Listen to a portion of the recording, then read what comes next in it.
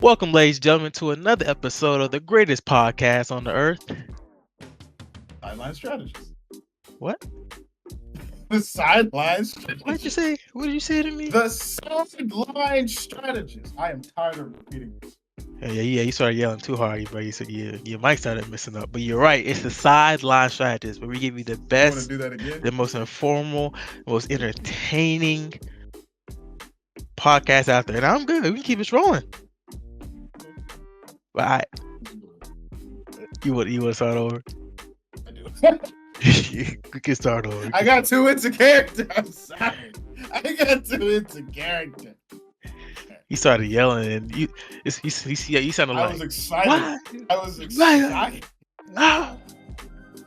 I was like, bro, I don't know what those last words of each sentence is saying, but yeah, oh my god, you can't get it out. I'll just cut all this at the beginning. I'm just gonna cut the first 2 minutes. Nah, you good, you good.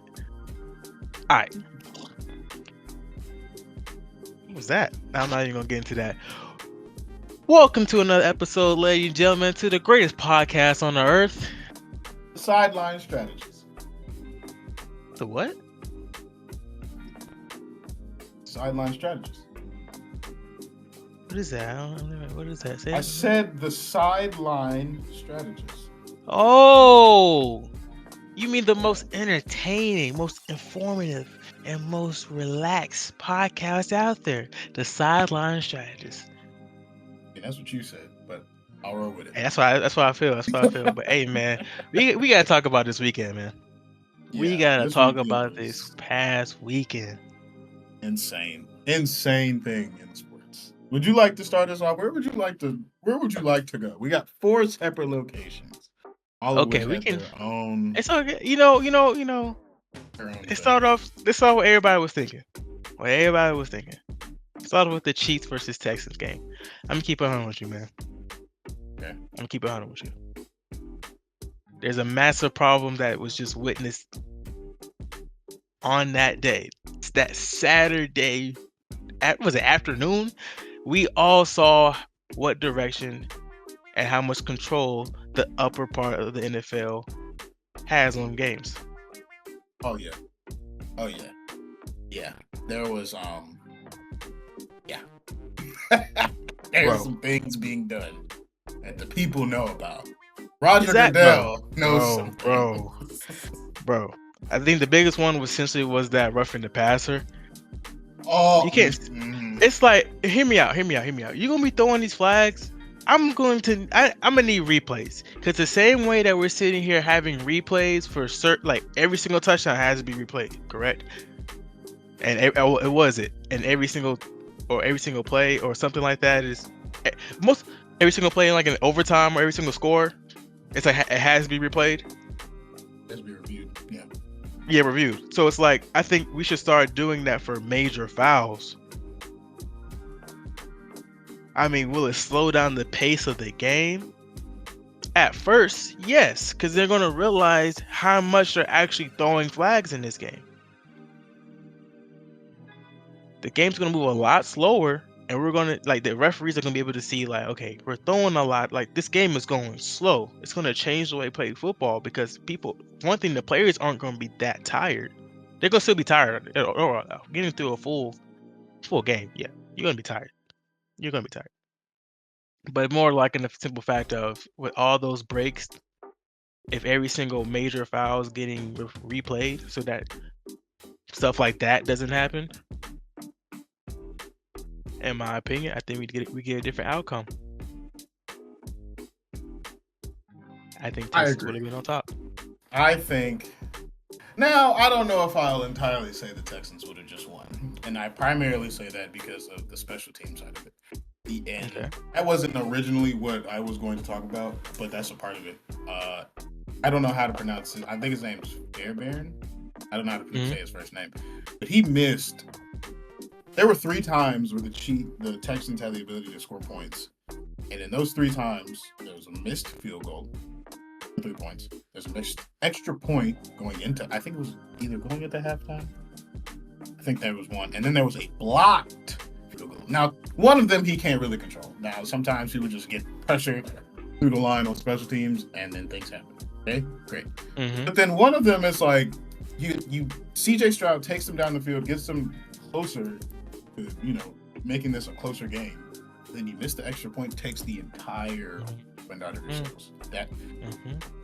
And then the 55-yard that he missed, I mean, it's 55 yards, but this is the playoffs. You got to make those. But my thing, again, is what you were talking about, the refereeing. Now, you had a problem with the roughing the passer. I think the more egregious call, which really changed the outcome of this game, if you recall, there is a point in time where Patrick Mahomes is scrambling out of the pocket. He then prepares to run. He has a lineman out in front of him.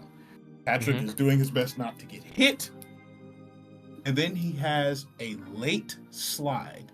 Oh. Two Texans players collide, and then there is an unnecessary roughness call that gave them 15 yards. Ridiculous. Okay. Absolutely ridiculous. So both of our problems are based off of the same situation. That one play just caused a lot. Bro, I want you to break it down. Break it down how that's going to affect everything. Okay, so like I don't know if it was second or third down, but it was one of those critical downs, and then him being in that position makes that not a free 15 yards, and that makes your defense be like, okay, he didn't get away, we didn't get the sack because he could have got sacked that play, but he didn't. He scrambled. Great job on him. That's true. But it's like you just you keep taking the wind out of people's sails by just allowing these things to happen. It's like, I think what we should do in the next coming season, we got to question what is the slide that we're going to do. When can a quarterback? I agree. Or do we eliminate that? And if a quarterback decides to be a free runner, then he has to then deliberately give himself a false. And I don't mean slide. I mean fall. I mean that is true. your whole body on the ground intentionally. This slide, because then fake slides happen and then all that stuff. Okay. I say start doing that. How we fix that? Once you pass the line of scrimmage and you are considered a runner, you take runner responsibilities. I'm gonna keep it at home with you. I agree with that 100%.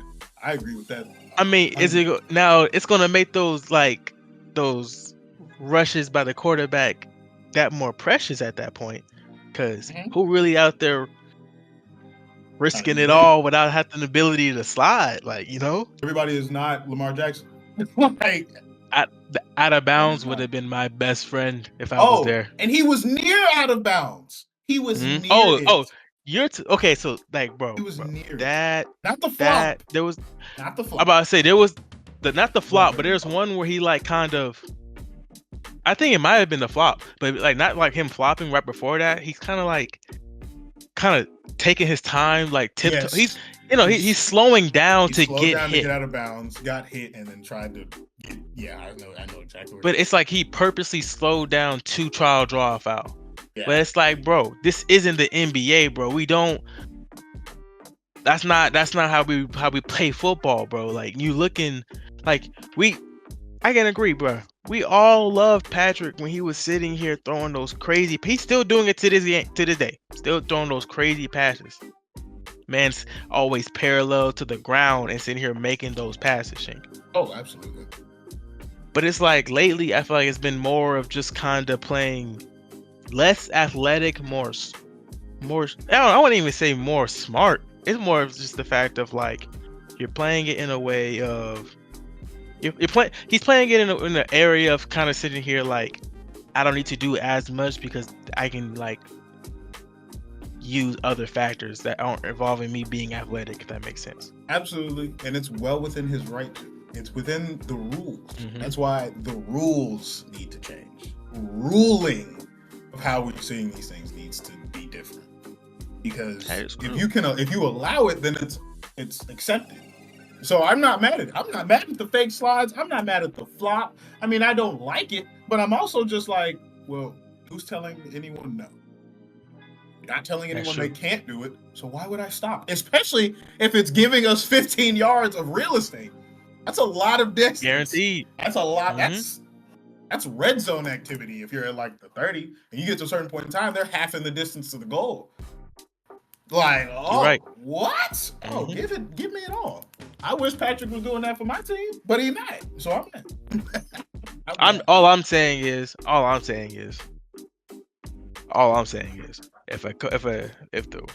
if it ends up being, knock on wood, if it ends up being Commanders versus Chiefs, and Patrick is here struggling against Jank, Jaden McDaniels? my boy, huh? Jaden McDaniels? Yes, well, yeah. I thought you said, like, you kind of, I thought I heard you incorrectly. They said I said McDaniels, not Jaden Daniels. I don't know where the Mick came from. Yeah. I was like, who is McDaniels? Jaden Daniels. My fault, brother. Excuse me. But nah, he's like, I'm just saying. We just have to we try to move to an area where it's like, strategic football is beautiful. It really is. But I do want to see more of like, that's petty. I see that as petty, like trying to slow down to draw a foul. Mm-hmm. And I wouldn't even say petty, but I would say manipulative in a wrong direction of, there's some good manipulation, bad manipulation, but like kind of like sliding late to try to like you like giving yourself up very, very, very late, trying to like draw a foul essentially. But it's like at that point, it's kind of like, who's gonna be the one to stop it? But I can definitely say we did not see a lot of that in any of the other games. No, we didn't.